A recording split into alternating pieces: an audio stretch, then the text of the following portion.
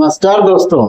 आजकल गांव समाज में देखा जाता है कि इसे किसी आदमी का हो, दादा और पोता हो या पोती, मतलब लड़का बच्चा जो भी रहता है, अपने दादा दादी से बहुत ज्यादा प्रेम करते हैं। और एक दिन जो दादा जो है अपने पोता को गला दबा के हत्या कर देता है। तो कहानी सुना रहे हैं आप लोग, कृपया चैनल पे बने रहे। तो ये कहानी पाकिस्तान की है। एक आदमी जब शादी कर लेता है और शादी के बाद अपना फैमिली सहित अपना घर परिवार में अच्छा से रहता है, और उसके जो पापा जो है वो करीब 45-50 की उम्र हो जाते हैं, और शादी के करीब 3 साल बाद औरत है गर्भवती हो जाती है।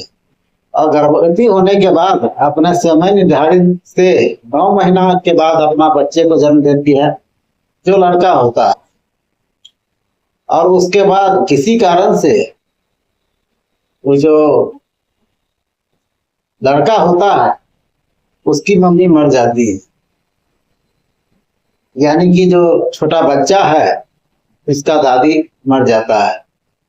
और मरने के बाद वो आदमी अपना घर परिवार में अच्छा से रहता है, और जो भी मार्केट जाता है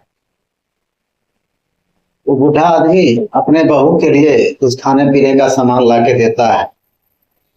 और कुछ दिन के बाद जो औरत है वो अपने ससुर को बराबर देखती रहती है। तो देखते देखते एक दिन ऐसा समय आ गया जो ससुर पूछ लिया कि तुम बहुत उदास आखिर क्यों रहते हो, आखिर बात क्या है। तो बहू बोलती है, हम ये बात कैसे बता सकते हैं, बताने में तो शर्म लग रहा है, लेकिन कितना दिन तक हम मायूस होंगे, अपना दिमाग में कब तक बात हम छुपा के रख सको। से तुम्हारा जो लड़का है वो नामर्द है, वो हमारी जिस्म की भूख संतुष्ट नहीं कर पाता है। गर्भ धारण तो एक भगवान का देन होता है जो किसी प्रकार से एक लड़का पैदा हो, लेकिन जो औरत को सबसे खुशहाली का जिंदगी जो होता है, जिस्म का प्यार, वो मतलब हमको नहीं मिल पाता है। तो एक दिन ऐसे में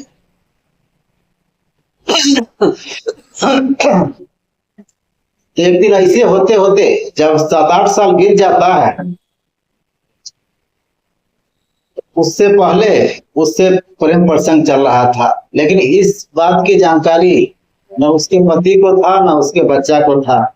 बच्चा जबकि 8-9 साल का हो जाता और बराबर अपना स्कूल पढ़ने के लिए चला जाता है और वापस भी चला आता है। तो कभी कभी जो बहू जो है ससुर को खाना देती है, और खाना देने के समय जैसे ही झुकती है उसका जो है उस अंग जो मतलब देख लेता है उसका ससुर, और देखने के बाद उसका अंदर का जो वासना है वो तैयार हो जाता है। लेकिन फिर भी ससुर कुछ नहीं बोलता है। लेकिन एक दिन बहू ही ससुर को बोल देती है कि आप कैसे आदमी हैं जो हमारे साथ इतना दिन से घर में रह रहे हैं और हमारी कमी को आप नहीं समझ पा रहे हैं।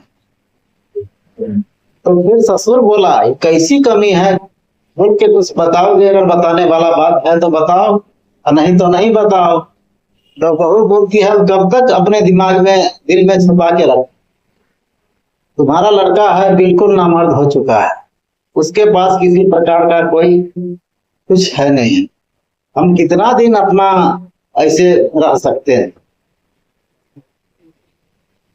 तो ससुर अपना सुन के इसको बोलता है, तुम कैसा बेशरम है, तुम कैसी बात हमसे बोलता है। बोलता है, कब तक हम छिपा के रखे और कब तक हम ऐसे रहे, उसके बिना मेरी जिंदगी तो अधूरी है। फिर ससुर सुन लेता है और पेड़ के नजदीक जाके बैठ जाता है, और बैठने के बाद बहुत देर तक मन ही मन कुछ सोचता रहता है। और एक दिन ऐसे ही जब बड़का जो है स्कूल चला जाता है और उसका पति जो है अपना काम पे कहीं ना कहीं चला जाता है। और काम पर जब चल जाता है तो वो 5 बजे के बाद ही आता है, शाम के बाद। और दोपहर का समय जो है, जो जो स्कूल पढ़ने के लिए बच्चा जाता है वो करीब 3-4 बजे से पहले नहीं आता है। तो उसी समय उसका ससुर और बहू दोनों अपने रूम में संबंध बना रहे थे, पूर्ण नग्न अवस्था। उसी समय लड़का आ जाता है स्कूल से और जैसे ही गेट खोल देता है, क्योंकि अंदर से बंद नहीं किया था, और जैसे ही वो देखता है लड़का बच्चा, वो समझदार हो गया था क्योंकि उसका उम्र करीब 9 साल का हो गया था, वो अपना मुंह बंद किए हुए रूम से निकल जाता है। लेकिन ससुर और बहू दोनों सोचते हैं कि ये लड़का अगर सबसे बता देगा गांव समाज में और पापा से बता देगा तो हम दोनों की बहुत बेइज्जती होगी और हम मुंह दिखाने लायक नहीं रहेंगे।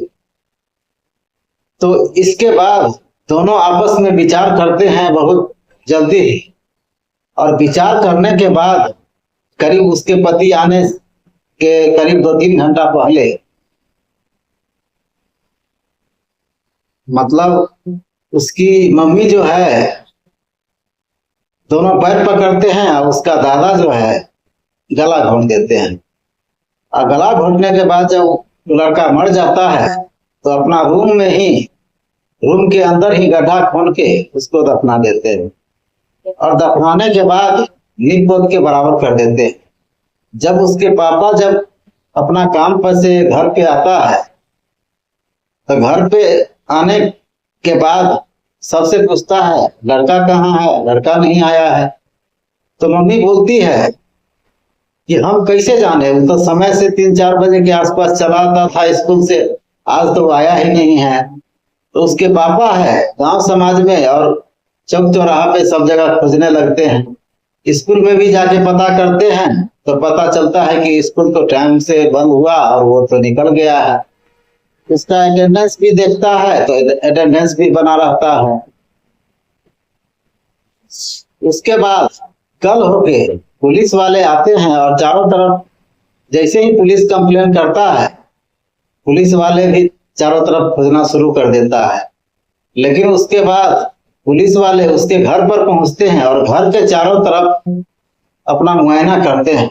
मुआयना करने के बाद शक के आधार पर रूम में जाते हैं, और रूम में जाते हैं तो देखते हैं कि ताजा जैसे खुरपी या फावड़ा या किसी प्रकार से कोई गड्ढा खोदा जाता है, उसी तरीका से एक जगह खुना हुआ है।